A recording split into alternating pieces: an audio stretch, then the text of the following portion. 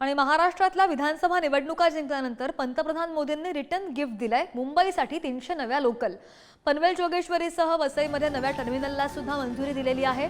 शिवाय नाशिकमध्ये सुद्धा 100 कोटींचा रामकाल-पथ उभारणार आहे.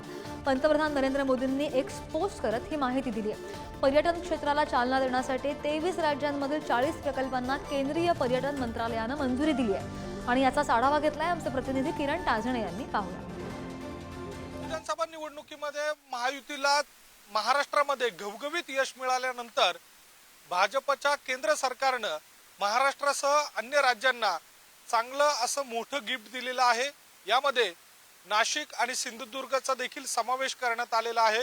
नाशिकच्या रामकुंड परिसरामध्ये आगामी सिंहस्थ कुंभमेळ्याच्या पार्श्वभूमीवर रामकालपथ उभारला जाणार आहे आणि त्यासाठी जवळपास 100 कोटी रुपयांची घोषणा या निमित्तानं करण्यात आलेली आहे. पंतप्रधान नरेंद्र मोदी यांनी एक एक्सपोस्टद्वारे याबाबतची घोषणा केलेली आहे. आणि या सगळ्या दरम्यान जर बघितलं तर सध्या मी रामकुंड परिसरातील गांधी तलाव जो परिसर आहे त्याच्या अगदी बाजूला आहे. याच ठिकाणी प्रभू श्रीरामाची मूर्तीसह वेगवेगळ्या स्वरूपाचं सुशोभीकरण असेल. याशिवाय पुरातन काळामध्ये ज्या पद्धतीनं रामायणातील आख्यायिका सांगितल्या जाता अगदी त्या स्वरूपात या ठिकाणचा काही परिसर हा सुशोभित केला जाणार आहे.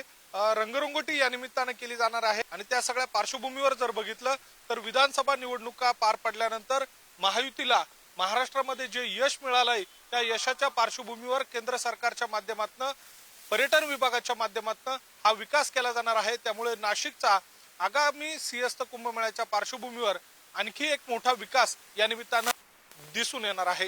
व्हिडिओ जर्नलिस्ट जयेश साबळेसह मी किरण ताजणे, पुढारी न्यूज, नाशिक.